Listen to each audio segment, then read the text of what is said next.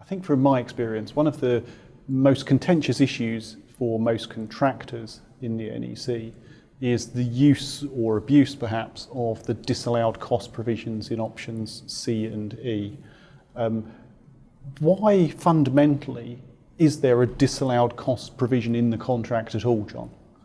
Well, first of all, the common mistake I see is that people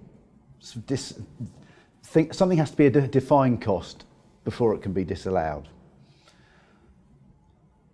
A lot of the things in there are actually, they would be, if they weren't disallowed, they're to outlaw what is verging on fraudulent behaviour. So I'm booking costs to you, even though I haven't spent the money on your project. Yeah, and it's clearly stated as a rule, because that way then it can be deducted through the provisions of the contract, rather than getting into the end of the contract and saying, actually, I have to sue you under contract law or something like that. So it's a clear procedure of the contract. And some of them are just to make the rules clear. So do I get paid for correcting defects? Well, yes, if it's before completion, providing you followed a method or a constraint stating the words information, but no if you haven't. And at the end of the contract, after completion, no, you don't get paid for correcting it. So it's to provide clarity. Do you think, Ian, that the disallowed cost provisions are too open to abuse by a project manager who's trying to squeeze a project into a particular budget? Well, again, there's potential for that, but would the project manager's behaviour, should it be in that way? Should they operate in that sort of manner? And I'm sure you can quote cases around that play back to that issue. There is this independent certifier type function the PM should have when it comes to disallowed cost, and they should be looking at it from a reasonable perspective. I also, when I look at the list of disallowed costs, it is quite limited. They don't cover a lot of areas. So I don't think there's a lot of abuse that can take place within that.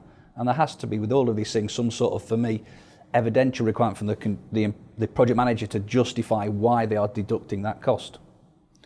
Ewan, have you seen the disallowance provision operated in a way that the contractor's happy with and satisfied and understands why he's getting costs disallowed from him? Well, I wouldn't say a contractor's ever happy about having costs disallowed from him. I can certainly point to experiences where I've seen the contractor particularly unhappy, and this is when perhaps the process is abused, when perhaps later on in the project the project manager and his team will start carrying out audits of the contractor's costs to see what costs can be supported by records, etc. And then they suddenly produce from that audit a great large sum of disallowed costs. And I think that's probably an abuse of that power. Possibly though, it does occur to me that if you introduced audits early on in the project, although it's perhaps burdensome, the parties will be satisfying themselves throughout the life cycle of the project that costs are being properly incurred and recorded such that they couldn't be disallowed. So that might help, but it's generally an abuse of the process that I see, and it's late on in the project when the project manager carries out an audit. So, John, do you think there should be a time limit on when you can do that disallowance? I personally think there should be, whether it's 3 months or 6 months after the cost was incurred or something like that. But picking up on Ewan's point, I would go back earlier. Where open book accounting seems to work successfully is where the employer might have set performance specs, additional requirements in the works information. They then ask the contractor at tender to say, how are you going to enforce or deliver those obligations? And then to nail the actual details, you get the QSs and the auditors in the room and say, how are we going to set this up so that it's a smooth running process? Because there is this balance between auditability and seeing every single invoice, receipt, etc., which costs a huge amount of money, and the employer's paying for the contractors' people to do that as well, yes, not just their own, and actually being satisfied that, yeah, that's about right. And there will be 1 or 2 errors naturally. Ian, one of the things that I've seen most hotly contested is around that sort of peripheral area of should it be disallowed or not, and it's all to do with whether you are providing the works or not.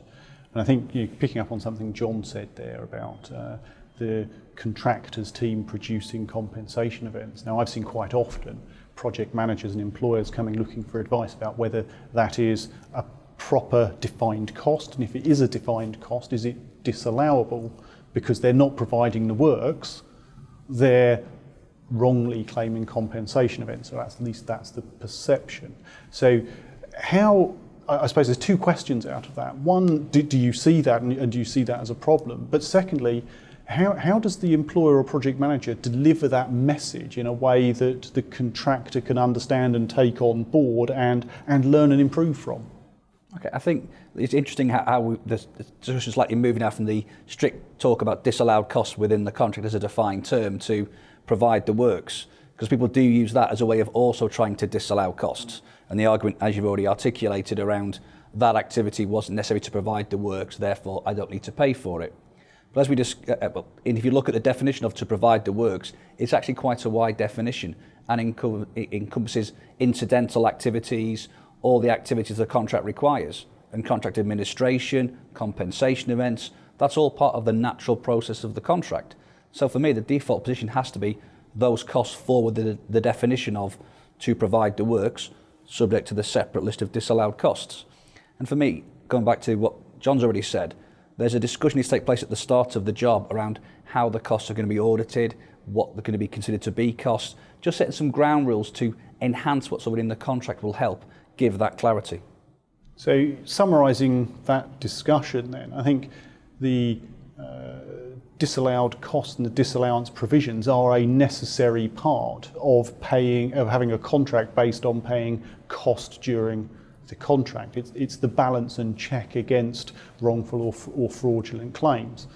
But the wording in the contract is reasonably tight, and actually what needs to happen is a discussion about how you're going to implement that, not at the point of disallowance, but much, much earlier in the contract, so everyone understands and there's no sort of sudden hitting this wall of I'm suddenly not being paid when I think I've got an entitlement, which destroys that collaborative atmosphere.